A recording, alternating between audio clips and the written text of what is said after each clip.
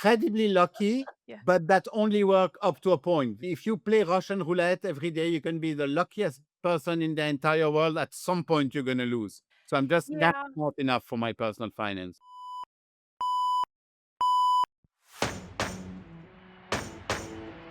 Every leader needs a trusted partner for the moments that matter. This Bold Business Podcast conversation is that partnership. Your go-to resource designed to break the inertia and refresh your perspective so you can start making moves. Here is your host, an insightful truth teller who serves as the catalyst for getting the right work done and who asks the questions that truly matter. Jess Dewell. There are strategic partners, and then there are strategic partners. Somebody who's been there, done that, has been on the road that you are on right now, just before you, they're farther down that journey, is invaluable in so many ways. And that's one of the things that when somebody understands growth, they understand the actual journey that you are on as a business owner and a founder. They have been there, they have some context of where you've been because they've been there, or it's close enough to where they've been, they can provide support and questions and guidance to get you around through over whatever you're facing. I'm really glad that Alexis Sikorsky has come to the Bold Business Podcast, and you're going to get to hear our conversation. I get a little bit of advice and coaching in it, which is fun for me and a little different than our normal episodes. And I pulled out, like normal, 3 things to listen to as you're going through. You're recognizing each of the sections of the program. The first is every founder and every business owner gets to a point of self-transformation before more growth can occur. The second, friction is necessary to grow, and while it is perceived as a negative or a bad thing, it's actually the opposite. And the third thing, this concept of urgent versus important shows up more and more based off of the level of pressure we put on ourselves, our investors put on us, and what we think society demands of us as founders and business owners. Remember how I said there are strategic advisors and then there are strategic advisors? Well, Alexis is the second. He is an advisor to founders focused on scaling fast and exiting strong. Alexis Sikorsky has a 9-figure private equity exit from his company, New Access. So his real-world experience building, scaling, and selling businesses is being shared with us today. It's shared in his first book, and it's going to continue to be shared in his next book coming out. At this place in his journey, Alexis is helping growth stage companies unlock value, scale efficiently, and prepare for private equity. He is known as the CEO Whisperer and offers direct, practical insight that helps leaders gain clarity, increase cash flow, and build toward lasting freedom. Let's get to the program with Alexis. I call it exhaustion. Exhaustion. When you're exhausted. Exhaustion in the sense that you get to the point that you confuse what's urgent with what's important. And that's the actual bottleneck. Bottleneck is not, oh, how much time I can spend on the company. That comes earlier, actually. And that's solved with a P. It's not solved by a deep, profound transformation. But it's exactly as you said, the buck stops here. And now all I'm doing is stuff that not only could, but should be done by somebody else. And then you get to the point where the founders is too much in the company and not enough on the company. So I actually developed a super basic framework to identify and solve that problem. That's been working fantastically well because first of all, you need to get the founder to admit that, and it's not easy. That I actually think that is the hardest thing to do. So I'll give you the little method I use. I'm ready. Bring it. At the end of every day, before you go to bed, you open an Excel spreadsheet and you list all the tasks you've been doing during the day. Yep. It's boring as, I don't know, can I swear? Sure. I will bleep you just in case, but yeah, you can swear. But then you end up with a massive list of tasks, right? But you already, instinctively, you already know that, but just seeing it is interesting. And then you identify the task that you're uniquely qualified to do. Not the task that you haven't delegated yet, not the task that you don't have somebody to delegate to. What are you uniquely qualified to do? I'll give you a very simple example. What we're doing tonight, we're both uniquely qualified to do. And if my company had 500 people instead of the 14 it has one, I'll still be sitting in front of you. Same with you, right? We would not be, it would be us or nothing. Yeah, because if I told you, oh, by the way, it's gonna be my sales manager, you're gonna say, "F you." And same with you, I'll say, oh, by the way, you're gonna be interviewed by interviewer number 7. I'd say, no, thank you. So that's the stuff we're uniquely qualified to do. And interestingly, the bigger the company, the shorter the list. And if you go to Wait, when you say that again, you said, Alexis, that the bigger the company, the shorter the list of uniquely qualified individuals to do certain jobs. no, of you as a founder or as You- CEO are uniquely qualified to perform. Okay, so I'm going to say it again. As a CEO, my list of uniquely qualified items is shorter than everybody else's. It's shorter the bigger the company goes. There you go. Shorter the bigger company goes. Do a mental exercise. Put yourself in the shoes of a publicly listed company. Okay. Any one of them. BP, you're the CEO. There is one task you're uniquely qualified to do: investor relations. That's it. That's your last task. All the rest you delegate because you have no time anyway. You're employing 100,000 people. You have people Exactly right. managing, but when JP Morgan, who owns 5% of your company, wants your investor calls, that's your job. You're the CEO, you cannot delegate. That's the last task that you're uniquely qualified to do, pretty much. It's a bit extreme, but not far. So that's the first step. Like you identify what you can delegate and what you can't delegate. Okay, so you and I work with companies of different sizes, I think, in general, and you run a bigger gamut that overlaps with mine. So I'm going to tell you something that I do with companies, and I'd love you to tell me the size that it breaks. We think we could get there. You ready? So one of the things that I do as we're trying to find out and get the awareness and the acknowledgement of the exhaustion is real, and the buck stops here with too much.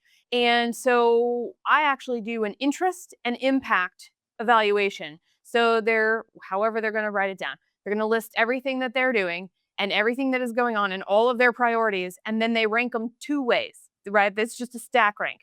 The impact to the company, and usually that's dollars. It's going to grow us faster. It's going to get us there faster, whatever. And then interest. We have the skill and the desire to actually do that job. And then the bottom part, you just take off and let it go and have to deal with that. But then the rest is actually going to help you make better decisions and do the right next step. Yeah. The problem you're going to see, and you probably already see that, is the list by interest and the list by impact are nowhere near the same, right? And I think when you do it across management teams, the answer is you do get the list, right? So if you've got 3 to 7 people in a smaller company that are doing this, you actually find that overlap and can have a similar path. You are right, though.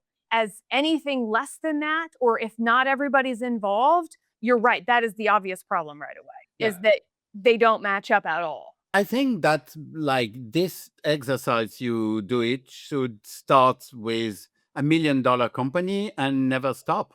I think every company should do that like once a year. And that was also a fantastic way of knowing if you still have the right team, because that's the second roadblock you're going to hit, right? Okay. It's true. First, you're a solo founder. I'm not, because I cannot work alone, but you're a very small team at the beginning, solo founder or very small team. And then you grow. And at some point, you have to realize, and it's hard, but you have to realize that your cousin who does your accounting is fantastic, but he's not a CFO. And he's not who you need anymore. And then you get to the third problem. So that's the second problem, is like not having the right team. And the third problem is and that's specific again to that ditch, plateau, whatever you call it, around the 10 million mark, which is you need C-level people, but you cannot afford C-level people. Yes. Small companies run into that with just getting to a controller or a CFO. CFO is the most obvious one. Yes, it is. And that's why the fractional CFO industry is. The problem is, at least to my knowledge, and I've obviously been studying this market a lot, most companies that sell fractional CFO actually sell bona fide accountants. They do. If you're a CFO, you can make $500,000 per year in a big company. Why would you want to work on 5 different small companies who can barely pay you? That's So right. the way we sold that is we actually use retired CFOs. Oh, that makes sense. And I decided after my retirement, when I decided to get back to work, that I'm going to only work with people I love. It's that simple. It doesn't remove friction when we only work with people we love. Oh, no, it adds way more friction. But it sure does create much more potential, doesn't it? And who said friction is bad? Oh, I think friction is fantastic. Friction is life. That's where you cannot light a fire without rubbing pieces of wood, right? I agree with you. You need that spark. And if it's people that you love, there's already relationship built. So that whole process of we know if we get mad and whatever our own tendencies and warts and bad habits are, we'll still be able to repair and continue to work together, sometimes slower than others, but always. Yeah, and it's trust as well, right? When I send one of my CFOs to a client, I know, for example, I work with the CFO who was my CFO in my software company for 12 years. So I know this guy and he knows me, which is equally as important. So I can tell him, hey, go see that client, but go easy on him. He's a bit overwhelmed. So you do that, you leave that for a bit later. And I know it's going to be done. I don't have to check. And same, he doesn't have to check on me when I said, okay, so you do that and then I'll take over. And I think what makes us a little bit different is we do that with all C-level roles,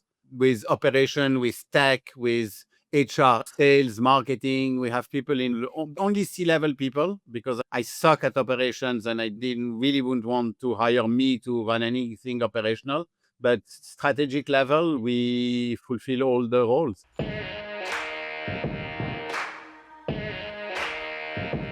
Feeling stuck? Like, what got you here won't get you there. The pressure to grow is on, yet the path isn't clear yet. You don't have to walk that path alone. This is the Bold Business Podcast. Like and subscribe wherever you listen. Your host, Jess Dewell, is the strategic partner you've been looking for, asking the questions that truly matter. It's time to break the inertia and get the perspective you need to make your next move. This is the Bold Business Podcast, and you are listening to my conversation with Alexis Sikorsky. There's this bridge of what do we have to do right now? Who do we know that we can rely on, that knows us, that can rely on us? We overlook this in business all the time. We don't when it comes to who do we know to get this or that? Who do we know to help us open a door? Who do we know? Right? Relationally, we get this power of connection and we know, trust each other. When it comes to business and picking business partners, or maybe even potential buyers that would acquire a company, we don't do that. Do you think that there's an opportunity there? Most companies do it a little bit in sales. At the beginning, they rely on their network for sales, but definitely not on operation, tech, everything else. Yeah. Which is all I do. Like the other day, one of my clients wanted a media manager. I find a media manager. So I went to my Oxford network, find this guy who worked his whole life for the BBC. Fantastic guy. I say, okay, go talk to that guy. And that's it. That's the extent of my job. Yeah. And I'm even thinking, going back to your software company, were there lessons that you learned or things you wish you had known, either because you were lonely as the founder or because you just didn't know them yet, regarding how do I build that relationship of love and trust with the people who are making decisions that can make or break our future? Okay, so that's actually of the millions of problems I had and millions of mistakes I made. That was probably the only one that was not a big issue for me because by luck, I instinctively knew at the time the difference between a leader and a manager, which is one of the big lessons I always try to give my client. Leader and manager are not only not the same people, they're also quite contradictory skills. Good leader is rarely a good manager, and a good manager is rarely a good leader. There are exceptions, but usually these are your billion-dollar company guys who can do both. How about they do it, but it may not be well? Yeah. My circle of love, the people who started the companies with me and who grew with me, was actually always super solid. And to be honest, it's still there. It's still the same people. The one that they either work with me or I go to the kids' bar mitzvahs. Like they're still there. They're still in my life, and they were in my life before the company. They were with me in some of my multiple failures before I got successful. And they were here to pick up the pieces when I fucked up, which happened a lot. And that was actually my strength. Yeah. Everything else was not, but that was actually my strength. I was hoping to crack the code, and I've had incredibly horrible failures over time because I've wanted to figure out how to find a business partner and grow that relationship while growing a company, and every single one of them failed. And that's interesting that you instinctively you got some of that difference, and even more importantly though, you had a sense for, we'll work our way around it because I'd rather work with people I know. And So how do you yeah. choose a business partner? What criteria are you looking for? I've done it a lot of different ways. And the one that I thought was going to have the most success was we became aware of each other and we were in some similar circles before we decided to start a company together.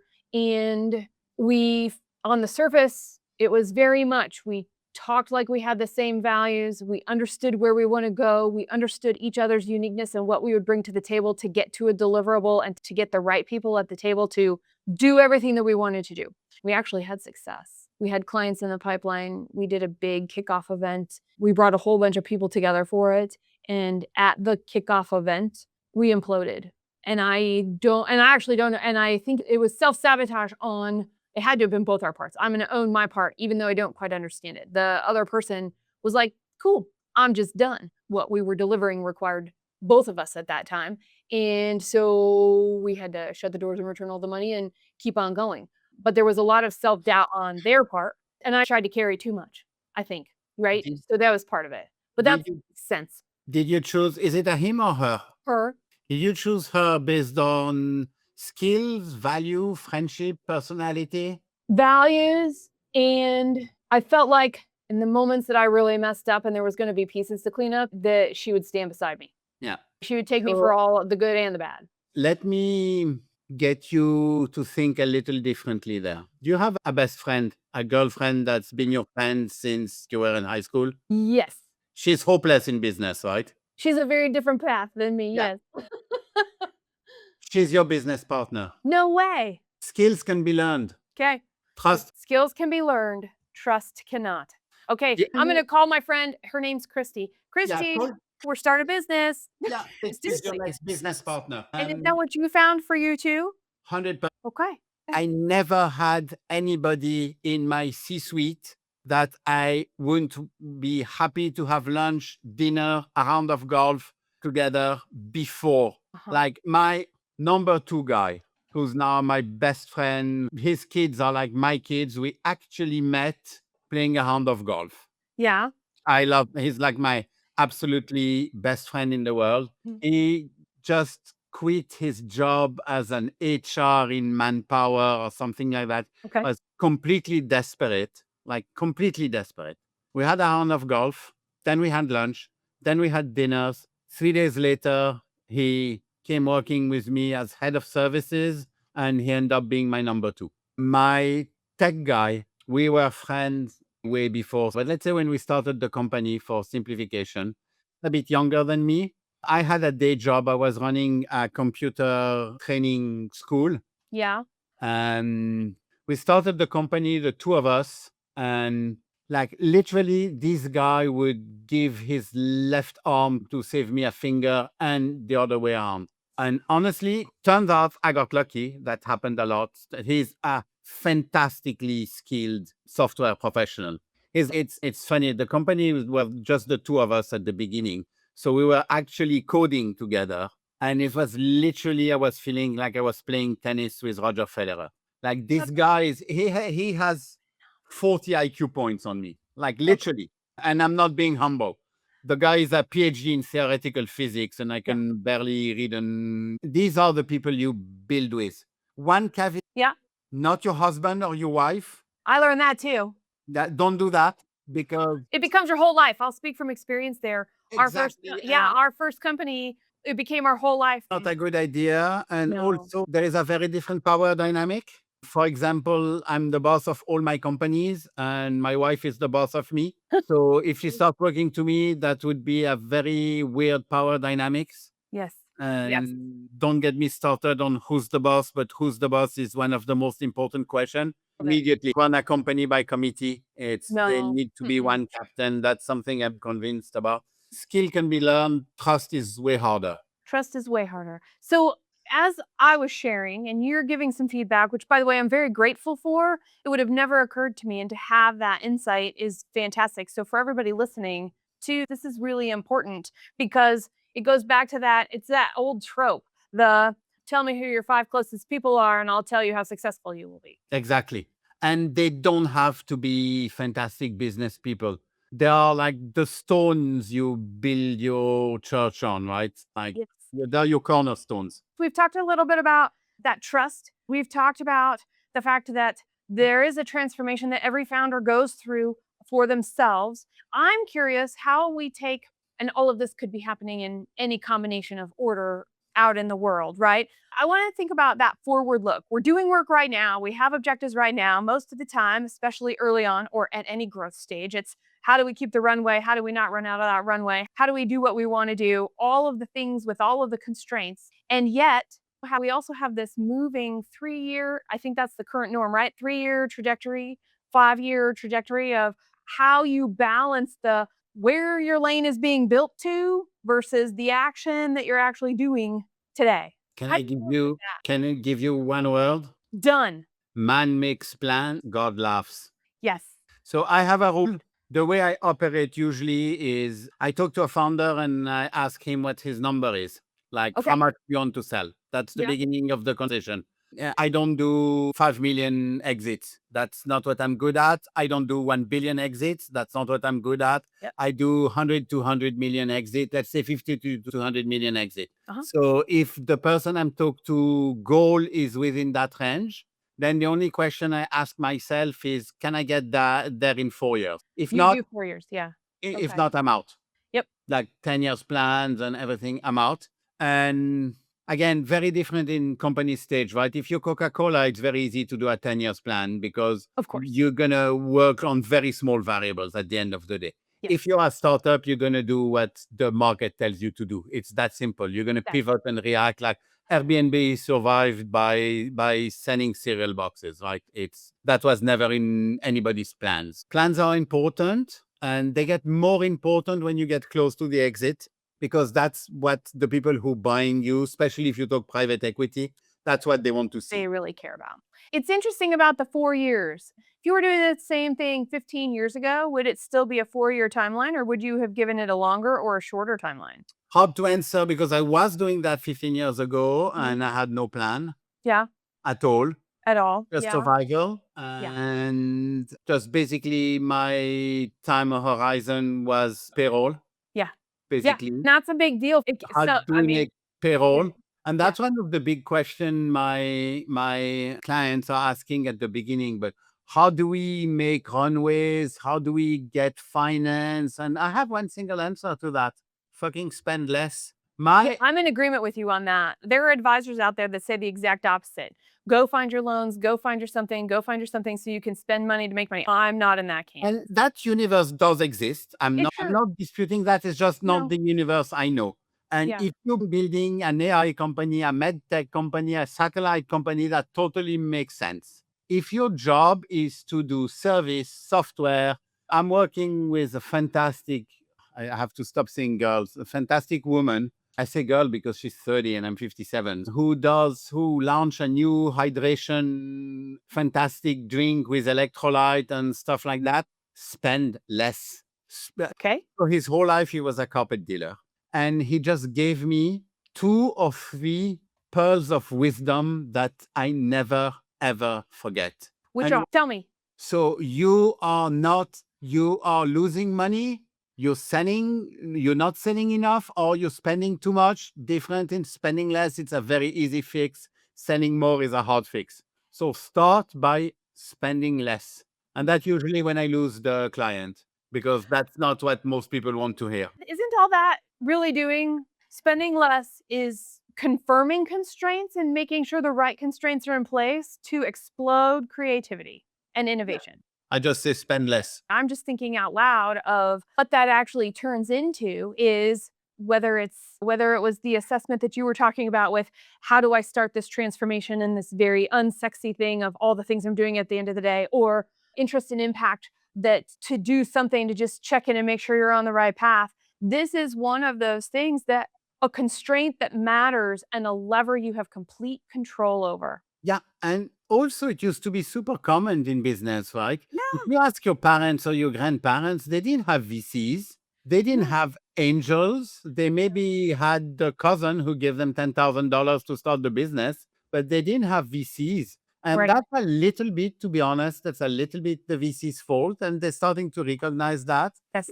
Basically, they tried to create a parallel universe where raising money was a good thing. That all the time. Oh, my company is super successful. I just raised a 50 million round. No, your company is not successful. If your company was successful, you wouldn't need to raise a 50 million round. So I keep telling your client, said, okay, you're going to raise money. Fantastic. I'm out at that point because, again, that's not my skill set. Raising, I hate that. With ADHD come rejection syndrome disorder. And I hate when people say no to me. So raising is basically accepting 90 no. It's like sales, but worse. But you have to keep something in mind. When you take money, you take a liability, right? Yeah.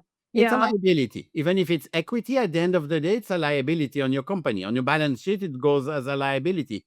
What's the asset you're putting in front of your liability? Like you must see that all the time, right? Oh, I'm gonna raise money, and with that money, I'm gonna buy lots of Google ads. Yeah, but that doesn't work because you're raising a liability and you're not putting an asset. So your sales are going to go like that. And when you burn all the money, they're going to go like that because you didn't build an asset. We do that in our personal life when we're theoretically. I don't know, maybe people don't. I do. I'm absolutely miserable in Oh, are managing you? my personal finance. Everything I do is a liability. One time I decided to be serious and buy a plot of land, very expensive plot of land. That's going to be the money I cannot spend. The market completely crashed and now I'm trying to sell it for half the price I bought it. Don't ever ask me anything regarding personal finance. I'm the So worst in the world. so But you're unlucky there, but you're really lucky other places no, with that's not people and luck. connections. That's Are not you being sure? unlucky. That's just being stupid. I'm Oh, incredibly lucky, yeah. but that only works up to a point. If you play Russian roulette every day, you can be the luckiest person in the entire world. At some point, you're going to lose. So that's Yeah. not enough for my personal finance. If your week feels like you're being pulled from one demand to the next, this is for you. The daily grind is the #1 killer of business instinct, pulling you and your team away from your vision. Reclaim your strategic edge with the Present Retreat. This free guide from Red Direction is a simple, powerful framework to carve out the space you need, to filter out the noise, make the right decisions, and lead with clarity. Visit presentretreat.com. I'm your host, Jess Dewell, and I'm excited to get back to the conversation with Alexis Sikorsky, Sikorsky Consulting and KnightScale Partners. Speaking of luck, this word is being used a lot in our conversation, and I appreciate it. The right place and the right time, it comes from somewhere, though. Sure, I could go out for the first time and buy a lottery ticket and make a big return. Usually, though, it's that what effort am I putting in? How am I showing up? Am I whole with myself? Am I making everybody else around me whole? Am I giving more than I'm taking, right? And probably a whole bunch of other things that set up the opportunities for luck to show up. Okay, so that's actually a very interesting point. I think there is luck, pure luck. Like, I give you an example. I sold my company 2 months before COVID. Okay, that's pure I'm luck. not like the genius who anticipated COVID. Hey, That's, by the way, I also did the same thing before the dot-com crash. yeah. Yeah, right. So I Exactly. didn't for the Been there. dot-com crash. I didn't on the global financial crisis. By the way, 2007, I have a 12 million software company that sell 100% or 100% of my clients are banks. I'm the king of the world. Nothing can go wrong. I'm so intelligent and so smart. And what can go wrong? What could go wrong? Yeah, Been there. what can go wrong, right? When 100% of your clients are banks in the beginning of 2000, 75% of my revenue in one day. Yeah. Yeah. So there is everything you say is true. There is, and if you're lucky enough to be a person of faith, you can believe that what you give, you get back. I do believe that a little bit. I cannot go through life without believing that at the end of the day, good guys get rewarded. They don't always. No, they don't always, but don't- I like to see life as a American rom-com. At the end of the day, the guys and the girl are going to meet each other, get married, because the alternative is too depressing. If the assholes win and the good guys lose, maybe it's true, but if it's true, I don't want to believe it. Yeah. So there is a bit of through, call it karma, call it fate, call it luck, whatever. Plus, there is luck. Luck is a big part of everything. Sure. Okay, so does this concept of where we're talking about we've got luck as luck is, and then we have the things that seem to fall into place that could be considered lucky, actually, though, were by some sort of action and intention on our part. And that takes me back to almost the beginning of our conversation where you were talking about urgent versus important, and that being found in a way that most people not only overlook, they seem to ignore. So how do you I wanted to circle back to that, and I'm trying to think about what haven't you said about that's really important right now? So that's going to sound really like a cliche, but there are actually things you learn with age, and Okay. there is no real shortcut for that. And one thing I understood in retrospect, it's most of my biggest failure were when I did something that I knew wasn't right. Okay. I don't feel like, okay, you have this expensive advisor who tells you to do something. Doesn't sound right. Doesn't sound something a good guy would do. Doesn't sound fair.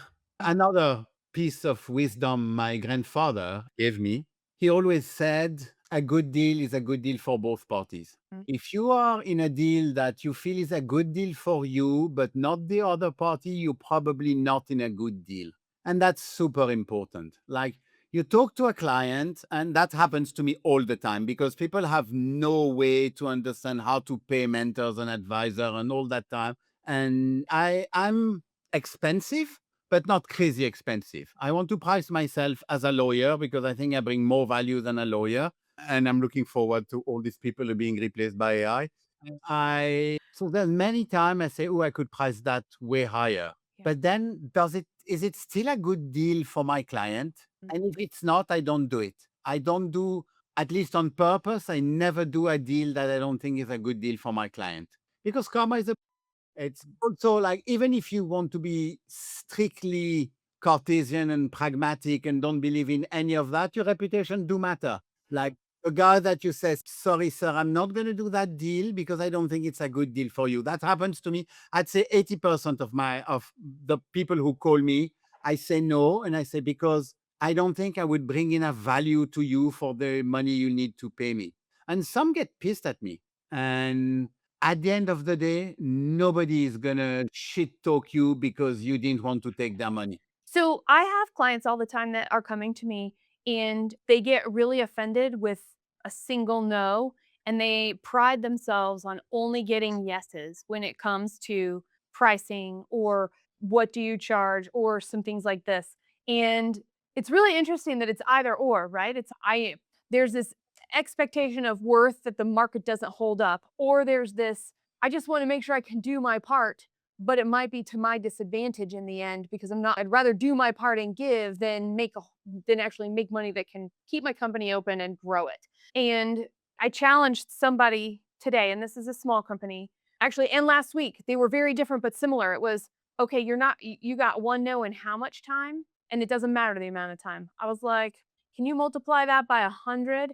You got to do that. And I know you don't like being told no. I don't like to be told no, and our reasons for that are different, and our physiology around that is different. Yet, no is that market testing of where is that balance, right? What is the market going to withhold, and what do they see the value as versus what you see the value as for reality for the longevity? Let's get to year 4 for an exit. Let's get to year 4 for whatever that next step is. And there's something to be said for that too, Alexis. Yeah. And to be honest, I'm almost cheating at that point. Now it's cheating because I'm competing about companies who needs money to run. And I'm in an incredibly almost unfair lucky situation that I don't need any money. I So I understand. only do stuff that interest me and do Mhm. stuff that 100% sure I bring value. I at least once a month, I make myself the absolute promise that I'm not going to do pro bono stuff anymore. Obviously, I keep doing tons of pro bono stuff because I love people. Yes. And when somebody comes to me and say, ah, shit, they're definitely not a good client for me, they cannot afford me. Say, I could help them though, but Yeah. I can afford that. Most company cannot. So that's why it's almost cheating. I've never framed it that way, and I find myself in the same boat, and we are similar in that way as well. Yes. Yeah, we in the end of the day though, right? When we think about and I really want to call out the things that you have said that are sticking with me in this conversation. It doesn't matter if we're bootstrapping at the beginning. It doesn't matter if we're doing it for the challenge of doing whatever the reason is. The things that we've been talking about really matter, and I think they matter more today than ever before because of how fast things go, because of the pressure, self imposed and external imposed, of being a founder, a business owner, somebody who's scaling. The cost of money in general isn't as cheap as it was in our recent past and won't, seems to not be, right? The forecast forward looks like it's not going to be.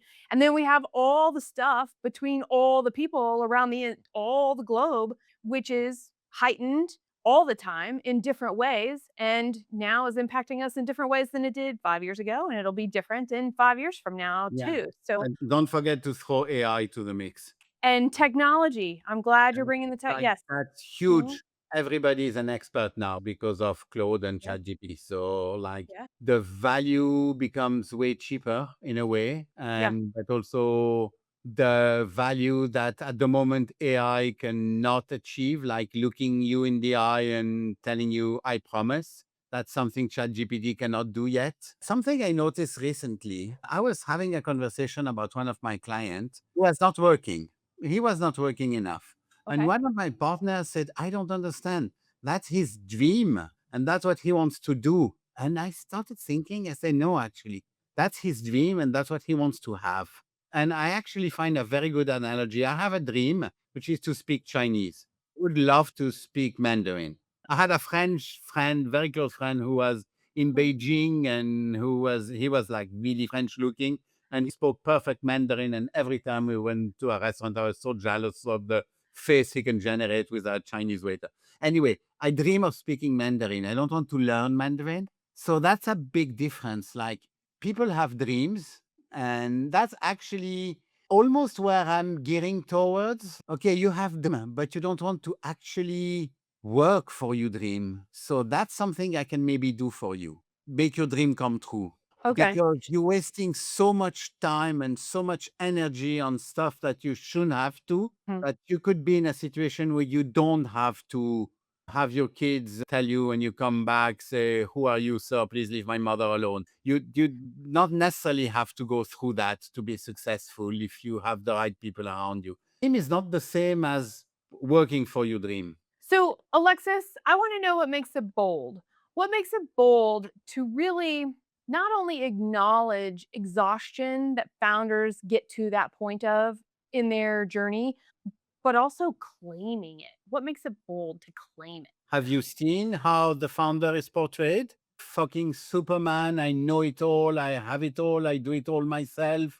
We are in the era of personal branding. Have you seen this guy? These fucking gurus that tells you, oh, I run 100 million companies on my own because I'm so disciplined. And yeah, excuse me, but that's not real life. So how hard it is to admit that's not real life when it's like you're a woman, right? You're probably too young to remember the 80s, but the 80s were like where you put a fantastically beautiful girl next to a car because that's what women were supposed to look like. Oh, yeah, I remember that. I'm 48, so I got that advertising. It's exactly the same dynamic now with personal branding. And I know some of these guys. I've been working with some of these guys. They go out on the internet and say my life is all rosy and I'm like, oh, a fucking robot. I don't sleep. And I know they have 100 people team behind them, but that's what they see. What they show is the personal branding, right? It's the era of personal branding is hurting us a lot because, but okay, maybe there are guys like that. Maybe there are some Elon Musk who sleep 2 hours a day and who are massively autistic and who are tyrants and who are completely crazy and who are at 220 IQ. But you don't have to be like that to be successful. I'm a little bit like that. I sold my company for 9 figures. And when I opened the internet, suddenly I'm a dwarf because company are valued for trillions. I don't remember which one, if it's ChatGPT or and got 100 billion valuation. Yeah, okay, my 100 million look like a dwarf, but you know what? It's still better than a few people. So stop measuring yourself. So the snake will come, measure itself against the trunk that will leave a trace, and that's how they know that the baobab is ready to be cut.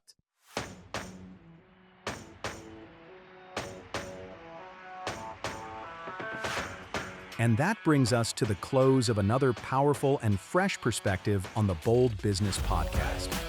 In today's volatile landscape, growth is a double-edged sword. To truly thrive, you must engage with your strategy, not just react to the day-to-day. Without absolute alignment, your company faces a stark choice: outmaneuver or be outmaneuvered, grow or get left behind.